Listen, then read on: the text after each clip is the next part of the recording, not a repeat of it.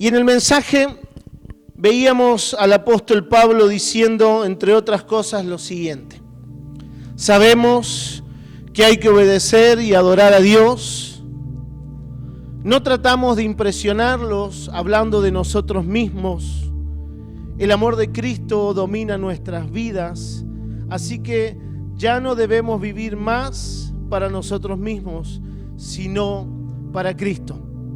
Si vivimos o morimos, es para honrar al Señor Jesucristo. Por eso tratamos de convencer a los demás para que crean en Él. Esto fue un poco la palabra a lo largo de la segunda carta de Corintios, algunas de las máximas que el apóstol Pablo va alargando sobre la iglesia de Corinto, hablando acerca de su persona, cómo ha edificado su estructura de vida en la roca que es Cristo, decíamos la semana pasada, y un poco de estas palabras tienen que ver con la respuesta del apóstol Pablo a la comisión que el Señor Jesús nos ha dado. Y dijimos, una de las cosas que terminamos diciendo el fin de semana pasado fue que no hemos sido ni reformados, usted y yo no hemos sido reformados, no hemos sido rehabilitados como si fuéramos un adicto, no hemos sido tampoco reeducados como si viniéramos a otra cultura, sino que la Biblia dice, y Pablo lo aclara, somos nueva criatura, una nueva creación. Estamos viviendo en una unión vital con Cristo. Amén. Eso es lo que somos, una nueva criatura. Amén. Carlos, qué lindo verte. Bienvenido de vuelta a la casa. El resto también, qué lindo verlos, pero te los veo siempre. Lucas capítulo 18, versículo 1. Acompáñeme que vamos a hacer un vuelo por las palabras del Señor Jesús. Estaba hablando el Señor de la venida del reino en el capítulo 17 y comienza y dice, le refirió Jesús una parábola sobre la necesidad de orar siempre y no desmayar, diciendo, había en una ciudad un juez que no temía a Dios ni respetaba a hombre. Había también en aquella ciudad una viuda, la cual venía a él diciendo, hazme justicia de mi adversario. Y él no quiso por algún tiempo, pero después de esto dijo dentro de sí, aunque ni temo a Dios, ni tengo respeto a hombre, sin embargo, porque esta viuda me es molesta, le haré justicia, no sea que viniendo de continuo me agote la paciencia. Y dijo el Señor, oíd lo que dijo el juez injusto. ¿Me sigue hasta ahí? Póngale pausa a la Biblia. El primer principio que el Señor Jesús quería enseñarle a sus discípulos y nos quiere enseñar a nosotros hoy, porque recuerde que en el mandato que Él les dijo era, vayan y hagan discípulos a todas las naciones, enseñándoles todas las cosas que os he dicho. Amén. ¿Verdad? ¿Estamos de acuerdo? Son las palabras del Señor Jesús. Si alguien llegó a traducir la Biblia para que la tengamos nosotros hoy, es alguien que hizo ese trabajo. Por lo consiguiente, el Señor Jesús le está hablando a usted directamente como lo estaba haciendo hacia sus discípulos. El primer principio que el Señor le estaba diciendo es orar siempre y sin desmayar. Orar siempre no es venir a la reunión de oración y estar muchas horas en la reunión de oración, aunque le haría bien escaparse de su rutina y venir el martes a orar con nosotros. Le haría pero genial a usted. Amén. Orar siempre es ir a la presencia de Dios y tener una conversación con Dios como quien la tiene con alguien en confianza. Eso es orar siempre. Ayer, antes de la oración, le mandé un audio a mi pastor y le dije, pastor, fíjate esto y esto y esto antes de empezar a orar. Y él me daba las gracias por cuidarlo, esas fueron sus palabras. Y yo le decía, ¿sabes lo que pasa, pastor? Que para vos es muy normal, podés estar hablando conmigo y de repente cerrar los ojos y te ponés a orar y seguís hablando conmigo y seguís orando después. ¿Por qué? Porque tenés esa relación. Yo veo en mi pastor esta capacidad de estar de repente predicando y empieza a orar y sigue predicando y empieza a hablarle a usted y sigue predicando y sigue orando. ¿Y por qué? Porque tiene esa relación con Dios de tal manera que es como si estuviera hablándole a usted y le está hablando a Dios. ¿Me explico? Entonces yo hablaba esto con mi pastor y esto no lo tenemos todos, porque esto se cultiva en ese orar siempre. En cada momento que tengo, empezar a hablar con Dios, volver a hablar con Dios, retomar la conversación que estaba teniendo. Señor, como te decía, porque se puede. Pasa que los religiosos nos enseñaron: Padre nuestro que estás en los cielos, alabado sea tu nombre glorioso, omnipotente, omnipresente. Y mientras más gritado y más palabras que no entendemos qué significan, por más que las tenga la Biblia, si no oramos así no podemos orar. Y el Señor Jesús dijo: orar siempre. Vos no podés andar por la calle así porque vas a ser el loco de la calle, ¿verdad? Omnipotente, todopoderoso, lo grito en la calle. ¿Por qué ninguno de nosotros ora así? Dígame la verdad. Porque le da vergüenza. Sin embargo, acá dentro de estos edificios los cristianos hacen ese tipo de cosas. Pero si usted en la calle anda hablando con Dios, hoy, 2021, nadie se da cuenta porque usted tiene el barbijo. Pero obviando el barbijo, hasta el 2019, que salíamos a la calle así bonito, tal y como somos, usted hablaba solo y es como si fuera con el manos libres. Hoy es común que la gente ande con manos libres, hablando por teléfono. Hay audífonos que son tan chiquitos que usted no los ve, no necesitan cable hoy por hoy, ¿verdad? Y la gente anda hablando por teléfono. Bueno, orar siempre tiene que ver con eso, con el orar cada momento que tengo. No es necesario irme al dormitorio. En el dormitorio, cuando cierro la puerta, sucede lo que es la intimidad. Usted no anda en su casa, los cónyuges, a cualquier hora y en cualquier lugar haciendo las cosas de cónyuge, ¿verdad? Entra en determinado momento a la cámara de amores y ahí sucede lo que tiene que suceder a puerta cerrada. Con el Señor es igual. Entrado a tu habitación, cerrada la puerta, dobla tu rodilla y orá, llorá, gemí, habla en lengua, todo lo que vos quieras. Pero el Señor Jesús dijo: orad siempre. Y necesitamos ese lenguaje sencillo de confianza con papá. Como quien está hablando con papá. Esto se convierte en una oración perseverante, insistente. Es todo el tiempo ir a Dios. Implica ser la oración perseverante, implica ser constante, presentarnos de manera constante delante de Dios. Pero con una cualidad: teniendo la certeza de que Él responderá. No es un monólogo, no es una lista de peticiones, es una conversación con el Creador, con el Dios Todopoderoso, mi Padre Eterno. Es una conversación donde yo tengo que tener la certeza que cuando le hablo, Él va a responderme.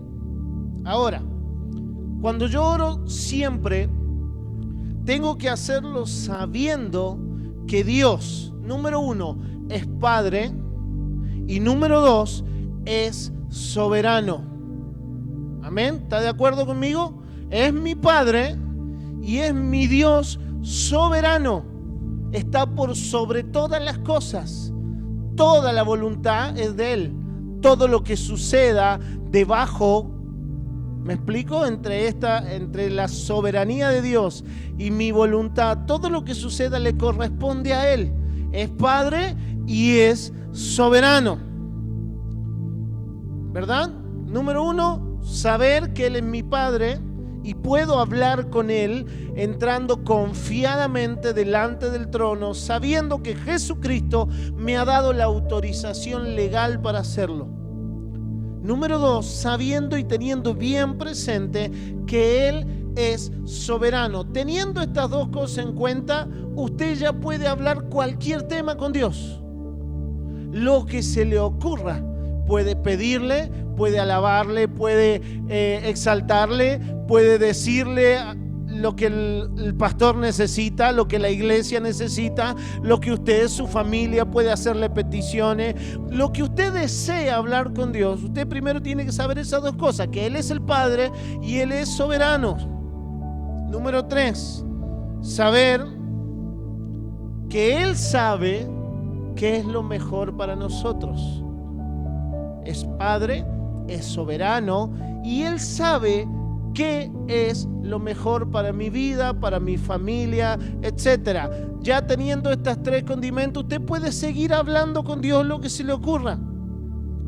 Usted tiene que saber que los pensamientos de Dios son más altos que nuestros pensamientos y que sus caminos son mucho mejor que cualquier camino que yo desee elegir.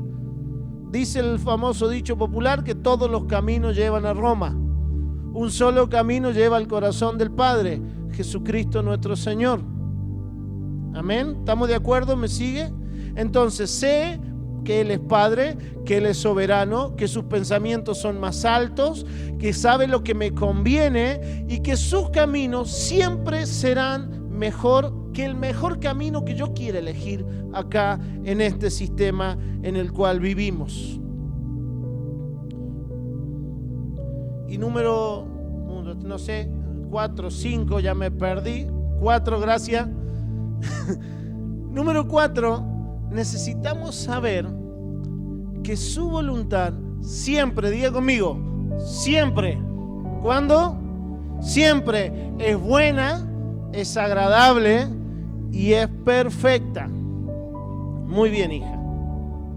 Buena, agradable, perfecta. Por lo tanto, teniendo estas 4 cosas en mente, usted sepa que Dios a veces dice sí y a veces dice no. Porque Él es Padre, porque Él es soberano, porque Él sabe lo que a usted le conviene, porque el camino que Él tiene preparado es mucho mejor que cualquier camino que usted puede elegir fuera del de Él, y porque siempre, siempre, siempre su voluntad es buena, es agradable y es perfecta. Entonces Él puede decirte que sí y puede decirte que no. Decía hace un momento, usted puede entrar confiadamente al trono sabiendo que Él responderá. Pero antes que siga, Job, para los que anotan y quieren leer pasaje para que usted todo esto lo corrobore a la luz de la Escritura. Job 31:28. Hechos capítulo 4 versículo 24. Primera de Timoteo capítulo 6 versículo 15. Judas 4. Apocalipsis 1:5. Isaías 55, 8 y 9. Romanos 12. De todas maneras, si usted quiere, después me lo pide y yo le mando todos los pasajes. Orad a cada momento y sin descorazonarse. Orad siempre y sin desmayar. Fue el primer principio que el Señor les enseña. Y nos dice a nosotros, orar siempre y sin descorazonarse o sin desilusionarse.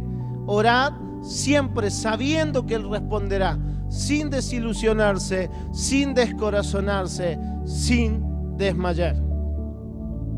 ¿Por qué? La oración, cuando la practicamos de esta manera, como el Señor Jesús dijo, siempre y sin desmayar, la oración proporciona aliento y protección frente al desaliento. Y el desaliento viene cuando algo no nos sale como queremos, ¿verdad? ¿O solo a mí me pasa?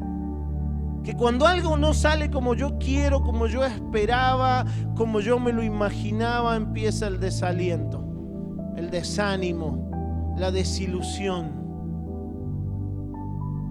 ¿verdad? Por eso yo he dicho que cuando se casen, los matrimonios que me toque casar en esta iglesia, les voy a decir, lo amarás aunque engorde, eche panza, se le caigan los músculos del pecho al abdomen y los acumule allí.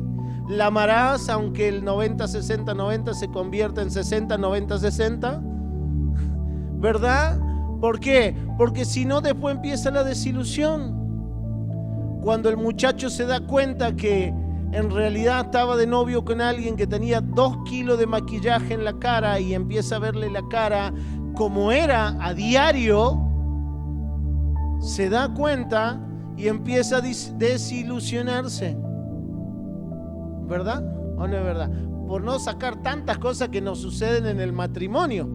Entonces el Señor Jesús, y por tomar un ejemplo, la oración constante, la oración perseverante, la oración siempre proporciona de constante aliento frente a lo que la vida nos impone, a lo que nos toca transitar en la vida, que puede desanimarnos, desilusionarnos. El estar conectado de manera constante con el Creador, con nuestro Padre, hace que las cosas resbalen de una manera diferente.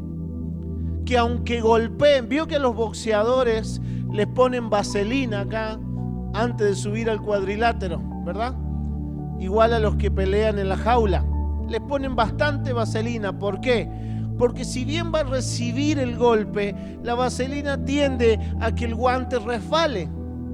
Entonces, para que no haga tanto daño. Eso es lo que sucede por tomarlo de una manera. El golpe viene, sí, pero usted estaba charlando con el Creador. Entonces, ¿qué te importó el golpe? ¿Lo sentiste? Sí, lo sentí, pero no te derribó. Me hizo trastabillar, pero no me dejó en la lona, decía el apóstol Pablo unos capítulos atrás en 2 Corintios. ¿Me sigue? En el versículo 6 el Señor dice: escuchen o vean lo que dijo el juez injusto. Ahora yo le pregunto a usted, ¿qué dijo el juez? Váyase al versículo 4, versículo 5 de Lucas 18. Dijo: aunque no respeto a Dios ni a los hombres, fíjate la soberbia de este juez. No respeto ni a Dios ni a los hombres. Esta viuda me molesta, jodida. Le voy a dar lo que me pide antes de que me colme la paciencia, antes de que me canse. La viuda está pidiendo justicia. Va todos los días a pedir justicia, a golpear la puerta. Lo que estaba haciendo era pedir que su caso se atienda como se debía. Es todo lo que estaba pidiendo. Era legítimo. Iba a pedir que se le tome en cuenta su caso y se lo trate como corresponde. Estaba delante de un juez. Y el Señor va a preguntar, versículo 7. Acompáñeme a la Biblia. 18:7. ¿Y acaso Dios no hará justicia a sus escogidos que claman a Él día y noche? ¿Se tardará en responderles? Os digo que pronto les hará justicia. Amén. Ahora, esta parábola, antes de que sea una comparación, lo que está haciendo es mostrarnos el contraste que hay entre el sistema con Papá Dios y el sistema que se maneja en este mundo. Y muestra un contraste impecable de cómo Dios actúa. Y el Señor Jesús ahí está parado. Por eso lo que Él le pregunta: ¿acaso Dios, que es un Dios justo, eso es lo que les está diciendo, palabra más o palabra menos, no atenderá tu caso como es debido porque sos un escogido? Dice la Escritura que Él te escogió en Él antes de la fundación del mundo. Y el Señor Jesús dice, ¿acaso Dios no atenderá al caso de los escogidos que claman día y noche, que se presentan con confianza delante de Él a exponerle su caso? ¿No atenderá a Dios? ¿Se demorará en responder? Por eso arrancamos diciendo, en base a lo que el Señor Jesús enseña, el primer principio, orad siempre sabiendo que tenemos acceso, que Él es Padre, que Él es soberano, que Él tiene mejores ideas que las nuestras, que sus caminos siempre serán mejores, que su voluntad es buena, agradable, perfecta, siempre. Y que a veces dice sí, a veces dice que no. Pero Él dice ahí, el Señor Jesús, ¿acaso ustedes creen que se tardará en responder? Yo, dice el Señor Jesucristo, les digo que pronto su caso será tratado como debe ser tratado. Es lo que el Señor les está diciendo a los apóstoles en ese momento y a nosotros hoy. ¿Acaso ustedes creen que el Padre no los ha tomado en cuenta? ¿Acaso creen que no ha escuchado a ustedes que claman y que con confianza entran en su presencia a decirle, Padre, tal cosa? Yo les aseguro, es lo que está diciendo en el verso 8, que pronto tu caso será tratado como debe ser abordado por Dios, el juez justo.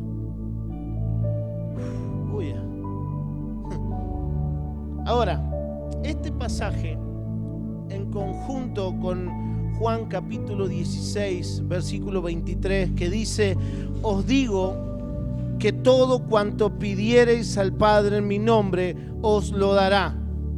Lo han escuchado en miles de predicaciones. Os digo, iglesia, que todo cuanto pidieran al Padre en mi nombre, os lo dará, firma el Señor Jesús. Se ha utilizado muchísimo para elaborar un sinfín de doctrinas de prosperidad, de bienestar, de que usted tiene que pedirle a Dios, reclamarle a Dios. Y hay un montón de versículos de los cuales se ha apoyado la iglesia para soltar petición a Dios de manera constante. Se ha usado el ejemplo de la viuda que va al juez injusto erróneamente, para que usted le pida a Dios y sepa que va a recibir, porque el Señor Jesús lo dijo, todo lo que pidieres al Padre en mi nombre. Es como que el Señor Jesús firmó un montón de cheque en blanco. Para eso es lo que se nos enseñó al Señor Jesucristo, firmando cheque en blanco para que usted vaya y le pida al Padre, saque del banco. Dígame que no se lo enseñaron de esta manera. Dígame que usted no tomó el cheque y se fue a su casa a reclamarle al banco de los cielos lo que un pastor, profeta, evangelista, apóstol, lo que fuese, le quiso enseñar. Dígame que no caímos en esa todos nosotros. Se nos enseñó a pedirle a Dios porque en el nombre de Jesús Él lo dijo y así tiene que ser. Y ahí tenemos un montón de desilusionados afuera que tomaron un cheque que algún personaje desde un púlpito como este les dio en la mano, pídanle al Padre porque lo dijo el Señor Jesús. Y el único que fue enriquecido fue él, porque se llevó la ofrenda de todos esos que se llevaron un cheque en blanco que el Señor no había firmado.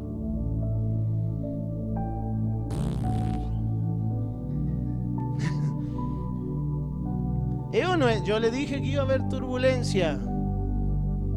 Cualquier momento en las redes sociales me van a crucificar, yo sé, pero no me importa, porque la palabra dice otra cosa a lo que se nos ha enseñado, y hay mucha gente teniendo conflictos en su corazón, en su cabeza, cuando hay luz de este tipo.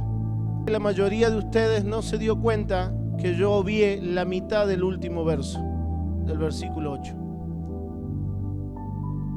El versículo 8 dice, os digo que pronto les hará justicia. Y la segunda parte dice, pero cuando venga el Hijo del Hombre, estaba hablando de Él mismo, ¿hallará fe en la tierra?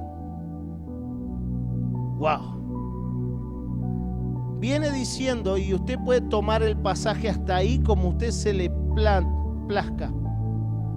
puede tomar ese cheque supuestamente firmado por Dios e irse a su casa a reclamar día y noche lo que a usted le parezca.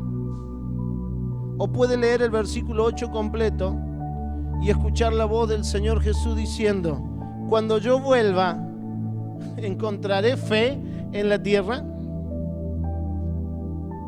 Yo me imaginaba, modo Fredrickson, esta escena. Muchachos, se los digo yo, el Padre pronto atenderá a su caso, lo que le están pidiendo en oración, y lo va a hacer como se debe. Quédense tranquilos. Pero cuando yo vuelva, ¿voy a encontrar fe en ustedes? ¿Voy a encontrar fe en la tierra? Y ese es el título del mensaje de hoy para los que anotan. ¿Hallará fe? Una pregunta.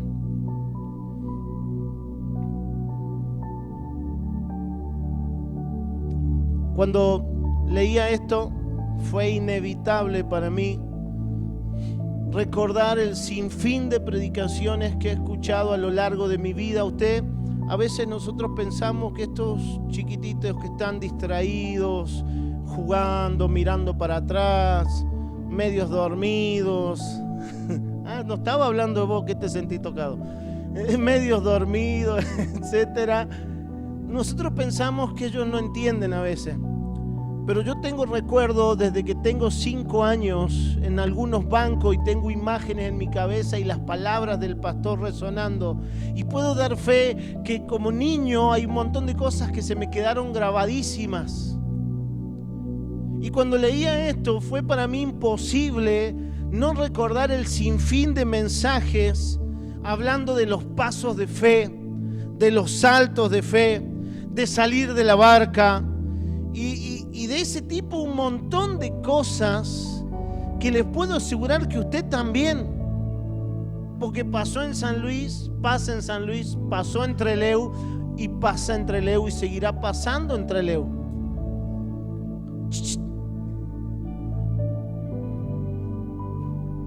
¿Sabe que este tipo de expresiones tienes que hacer un salto de fe, un paso de fe? Y en el contexto de que se nos enseñó tanto, no difiere mucho del dicho popular que dice: el que no arriesga no gana. No difiere nada, Se lo disfraza de espiritual, se toma parte de la verdad, se enseña desde un púlpito, pero lo que te están diciendo es: el que no arriesga no gana. Cuando usted arriesga, tiene un 50 y un 50. 50% de que le va a ir bien, 50% de que le va a ir mal.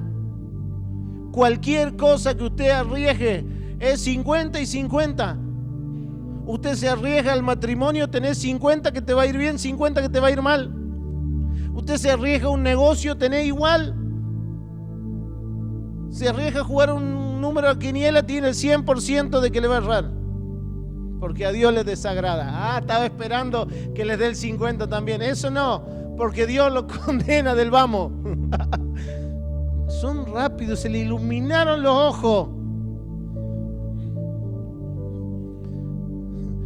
Sigue siendo, bueno, no voy a decir nada. Me voy a llamar al silencio.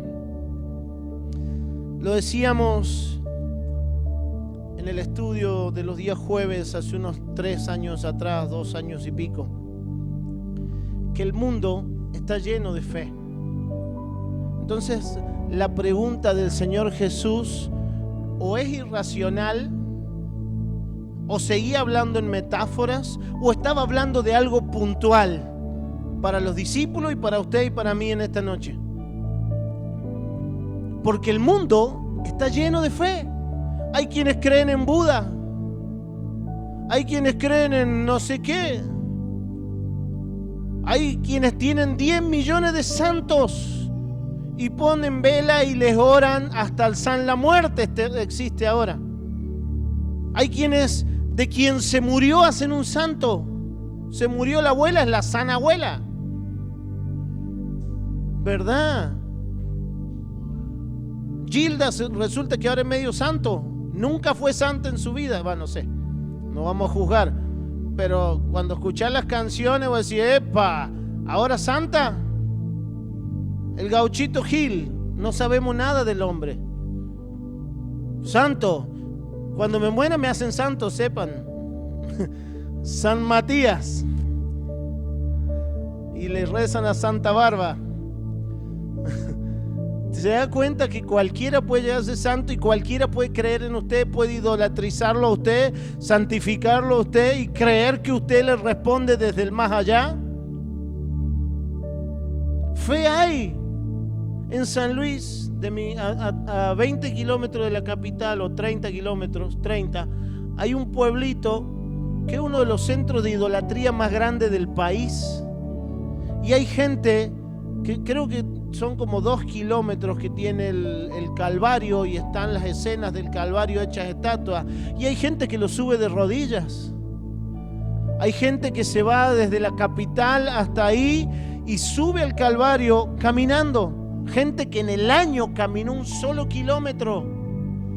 Y para esa fecha se caminan los 30 y pico, 40 de kilómetros hasta el lugar, haciendo promesas. ¿Por qué? Porque es su fe. Entonces, la pregunta del Señor Jesús, repito, o es irracional o estaba hablando de algo puntual para nosotros. Porque fe, tomada de esta manera, hay fe para donde usted quiera.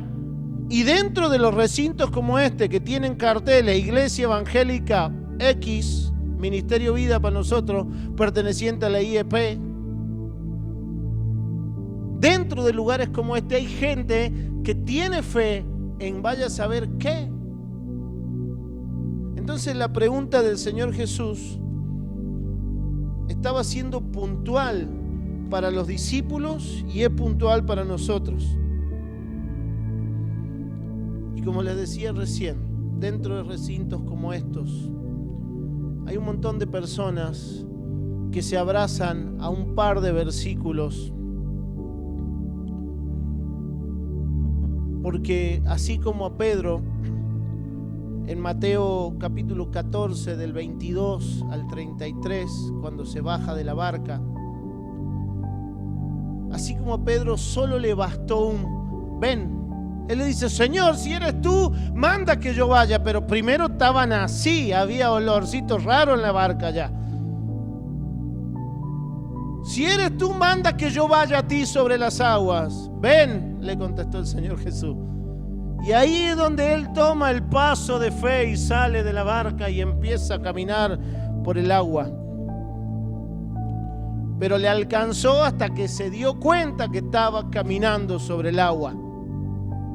Y de esa manera, dentro de recintos como este, cristianos evangélicos, habemos un montón que un día nos abrazamos a un ven y salimos caminando en fe sobre un terreno que era líquido y que su profundidad no era apta para seguir caminando. Y allí, como a Pedro, también en nosotros queda evidente cuál es la estructura de fe de toda su vida. Ahí en ese episodio, Mateo capítulo 14, del 22 al 33, usted puede ver que evidentemente la estructura de la vida espiritual, de la casa espiritual de Pedro, aún no había encontrado la roca. Usted ve que ahí él pega el grito y el Señor extiende la mano y le dice, hombre de poca fe, ¿por qué dudaste? Pasaje reconocido, pero yo le invito a que lea Mateo 14 del 22 en adelante, en su casa. Él tomó la decisión de salir de la barca porque le alcanzó un ven de parte del Señor. Muchas veces hemos abierto la Biblia y encontramos esos ven en los cuales nos animamos y salimos a creerle. Yo le animo que me acompañe a Mateo capítulo 16 y vamos a ir terminando en esta tarde.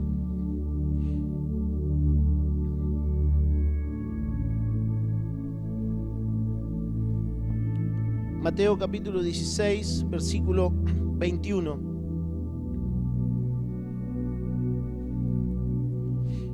Dice, yo les leo la traducción en lenguaje actual. Desde ese momento Jesús comenzó a decirle a sus discípulos lo que le iba a pasar. Tendré que ir a Jerusalén y los líderes del país, los sacerdotes principales y los maestros de la ley me harán sufrir mucho.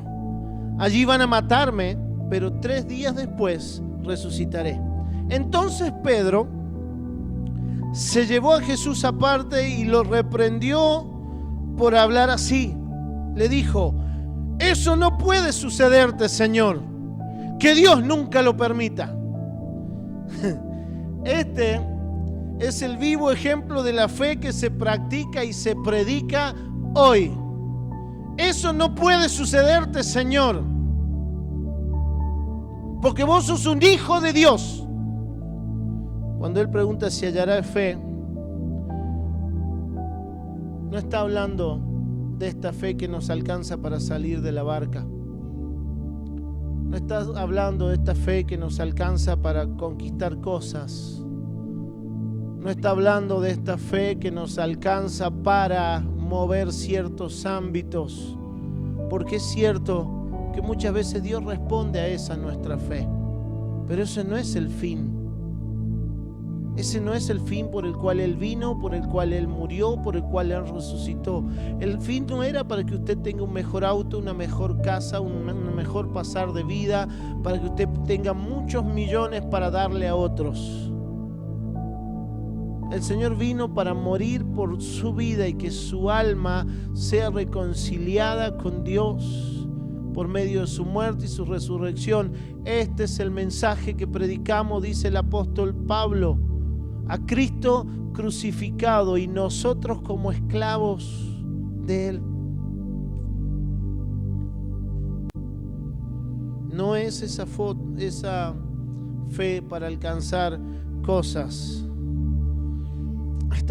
Jesús, cuando Él pregunta, y téngalo bien claro, escúcheme bien, son los últimos minutos. Cuando el Señor Jesús pregunta, hallaré fe cuando vuelva, está hablando de esa fe que le da firmeza a toda nuestra estructura de vida y que se ancla a la roca como los hierros que ponemos dentro de la pared que van anclados al cimiento. Cuando la pared trabaja, esos hierros que tienen sus columnas son los que trabajan, los que hacen la fuerza, lo que sostienen la estructura de toda su casa, anclado a las bases que tiene debajo de la tierra para que su casa resista. Cuando rompimos las columnas de allá afuera, lo hicimos porque usted se apoyaba y no tenía base, y usted la podía mover, y tarde o temprano esas columnas iban a caer y nos iban a hacer un problema, porque se hicieron mal. No vamos a condenar a nadie, pero estaban mal hechas y punto. Había que tirarlas y hacerlas de nuevo. Hicimos una base que costó un dolor, nos costó materiales, nos costó mucho esfuerzo. Tuvimos que cavar, romper, armar, llenar. Pero ahora tenemos buenas columnas y adentro tienen hierro que trabaja para que ese paredón no se caiga, para que estas columnas no se caigan. La fe que el Señor está buscando, la fe que Él pregunta, voy a encontrar esa fe que actúa como un ancla desde tu cabeza a tus pies sobre mi vida, sobre lo que yo soy, sobre lo que yo dije y sobre lo que yo espero. Eso es lo que estaba diciendo. Decimos que Él es la roca firme, que Él es nuestra roca, pero nunca llevamos el alma a anclarla a sus pies. Nunca llevamos toda la estructura de nuestra vida a que se agarre desde la roca que es Cristo. Estaba preguntando el Señor Jesús, ¿hallaré esa fe? Porque fíjese el contexto. Es legítimo que usted vaya y le pida a Dios. Por eso arrancamos de esta manera, de entrar con confianza siempre. Es legítimo, pero sepa que a veces dice sí, a veces dice no. Y el Señor Jesús le dice, les aseguro, versículo 7 de Lucas capítulo 18, les aseguro que el Creador, el Padre, va a atender tu caso. Te aseguro que va a atenderte. ¿Acaso cree que se va a tardar? Pero en el versículo 8 les cambia la perspectiva y les dice, pero cuando yo vuelva, ¿voy a encontrar fe? El Señor te va a responder. Natalia, Johnny, Carlos, Susi y a todos. El Señor va a responder a nuestras oraciones. Ahora, cuando Él venga a buscarnos, cuando llegue la hora de irnos al cajón o de que nos vamos en la nube, ojalá sea irnos en la nube, cuando llegue ese momento, encontrará el Señor esa fe en tu corazón que se ancló y que la lluvia, como veíamos la semana pasada, azotó, los vientos azotaron y no te movieron.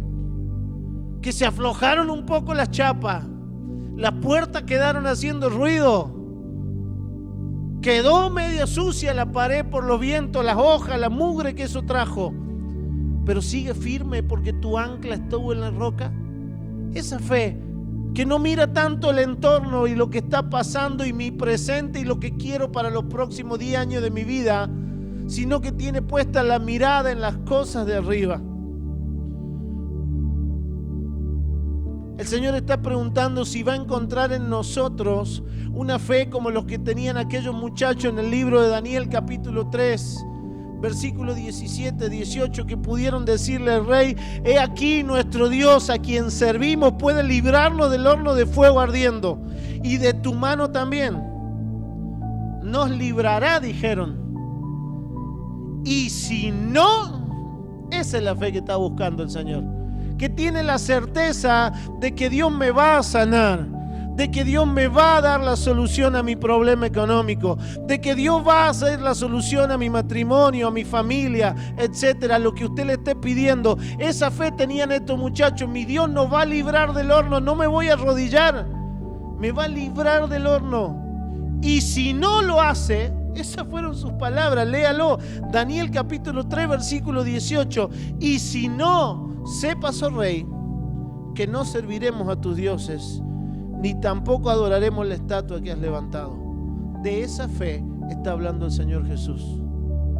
Esa fe que se ancló de tal manera en Cristo que suceda lo que sucede en la tierra, tenga trabajo, no tenga trabajo, tenga salud, no tenga salud, tenga marido, no tenga marido, esposa, esposo, etcétera, tenga, no tenga, sea mayor o menor mi riqueza.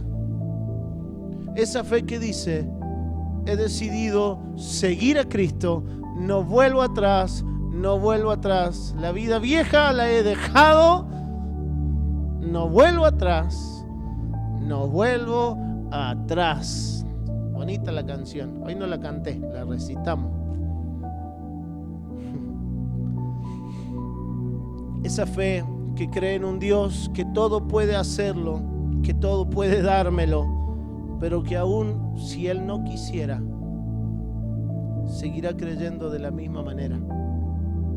Esa fe es la que el Señor Jesús pregunta. Sepan que va a contestarle, muchachos, señoras, señores. Sepan que Dios va a contestar tu oración. Capaz te dice que sí, capaz te dice que no. Él sabe lo que te conviene. Ahora, ¿seguirás creyendo aunque te diga que no? ¿Seguirás creyendo aunque el trabajo siga escaseando? ¿Seguirás creyendo aunque la salud te siga golpeando? ¿Seguirás creyendo aunque tu hijo no cambie? ¿Aunque tu esposo o tu esposa no cambie? ¿Seguirás creyendo aunque la economía del país no cambie? ¿Seguirás creyendo aunque el coronavirus no se vaya? ¿Seguirás creyendo? ¿Seguirás creyendo que lo que vine a hacer es morir para que vos te vayas al cielo conmigo? ¿Seguirás creyendo? Eso es lo que el Señor estaba preguntando. Esa fe que dice, como lo dijo Pablo en el libro de Romanos capítulo 8, versículo 18, estoy seguro de que los sufrimientos por los cuales ahora pasamos no son nada si los comparamos con la gloriosa vida que Dios nos dará junto con Él. Romanos capítulo 8, versículo 18. Iglesia, con esto quiero cerrar. ¿Hallarás fe en mí cuando me venga a buscar? Cuando llegue mi hora, ¿hallará fe? mi-